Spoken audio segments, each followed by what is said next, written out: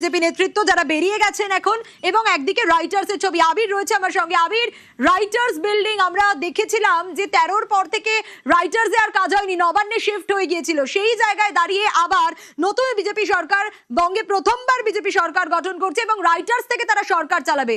Writers একেবারে গেরুয়া আলোয় সেজে উঠেছে।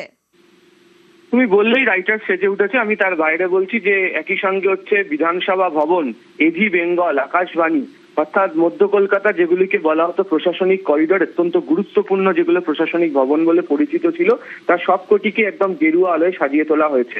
এবং ইতিমধ্যেও বিভিন্ন যে প্রশাসনিক ভবনগুলোর ভেতরেও অন্দরসাজ্য নতুন করে চলছে। তার মধ্যে বিশেষ করে হচ্ছে মহাকরণ এবং হচ্ছে যেটাকে বলা হয় বিধানসভা ভবন, তার মধ্যে ইতিমধ্যে দেখতে পাওয়া যাচ্ছে যে মহাকরণের বিভিন্ন জায়গাতে দেখতে পাওয়া যাচ্ছে যে আলো দিয়ে সাজানো হয়েছে, গেরুয়া আলোয় গোটা চত্বরকে পুরো সাজিয়ে তোলা হয়েছে। এখনো পর্যন্ত সেখানে কাজ চলছে। মহাকরণেরও একই রকম অবস্থা, মহাকরণও সেই বিল্ডিং এর ভেতরের বিভিন্ন জায়গাতে। আবার আমরা দেখছিলাম যে অ্যাসেম্বলির মধ্যে বিভিন্ন ব্লক গুলোকে সাজানো হয়েছে। সেখানকার যে প্রশাসনিক ভবন, যেখানে মুখ্যমন্ত্রী অস্থায়ী সচিবালয় তৈরি হওয়ার কথা রয়েছে অ্যাসেম্বলিতে, সেখানেও সাজিয়ে তোলা হয়েছে। এজি বেঙ্গল সেখানে সাজিয়ে তোলা হয়েছে। এবং আমরা দেখেছিলাম যে আস্তে আস্তে মহাকরণ বা রাইটার্স বিল্ডিং এর গুরুত্ব প্রশাসনিক ক্ষেত্রে কমতে শুরু করেছিল। খুব স্বল্প সংখ্যক অফিস এখান থেকে পরিচালনা হতো এবং নতুন সরকার তারা সিদ্ধান্ত নিয়েছে তারা পুরোপুরিভাবে মহাকরণকে তারা ব্যবহার করবে। মহাকরণে থেকে তাদের প্রশাসনিক যাবতীয় কাজকর্ম সেটা চলবে এবং সেই কাজও ইতিমধ্যে চলছে। তবে শপথ গ্রহণের আগে যাতে পুরোপুরিভাবে প্রথমবার যেহেতু এই রাজ্যে বিজেপি সরকার গঠিত হয়েছে, তারা আগামীকাল শপথ নিতে চলেছে, তার আগে সম্পূর্ণভাবে সেজে উঠেছে এই রাইটার্স।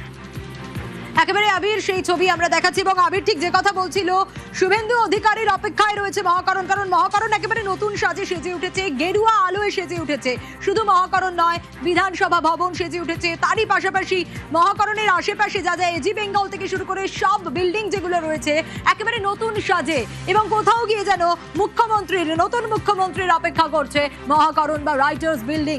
গেরুয়া আলোয় সেজে উঠেছে চারিদিক। এবং আমরা দেখছিলাম যে বাইরে থেকে যারা যাচ্ছেন সাধারণ মানুষ, তারাও কিন্তু ছবি তুলছেন, কারণ তারা আজ যেভাবে রাইটার্সকে দেখছে এভাবে রাইটার্সকে আগে দেখা যায়নি। এভাবে গেরুয়া আলোয় সেজে উঠেছে গোটা রাইটার্স বিল্ডিং, বিধানসভা ভবন এবং শুভেন্দু অধিকারীর অপেক্ষায় যেন মহাকরণ রয়েছে। কারণ আগামীকাল শপথ গ্রহণ এবং ঠিক সকালে শপথ গ্রহণ অনুষ্ঠান রয়েছে ব্রিগেডে। যাও প্রথমবার কোনো মুখ্যমন্ত্রী শপথ নেবেন ব্রিগেডে, এবং ব্রিগেডে শপথ নেওয়ার পর যেভাবে সরকার চলবে বিজেপির, কোথা থেকে সরকার চলবে বিজেপির সরকার চলবে মহাকরণ থেকে, রাইটার্স বিল্ডিং থেকে। আর সে কারণেই একেবারে নতুন সাজে সেজে উঠেছে মহাকরণ। কোথাও গিয়ে শুভেন্দু অধিকারী রাজ্যের নতুন মুখ্যমন্ত্রী এবং তার মন্ত্রিসভা পুরোটাই পরিচালনা হবে রাইটার্স বিল্ডিং থেকে।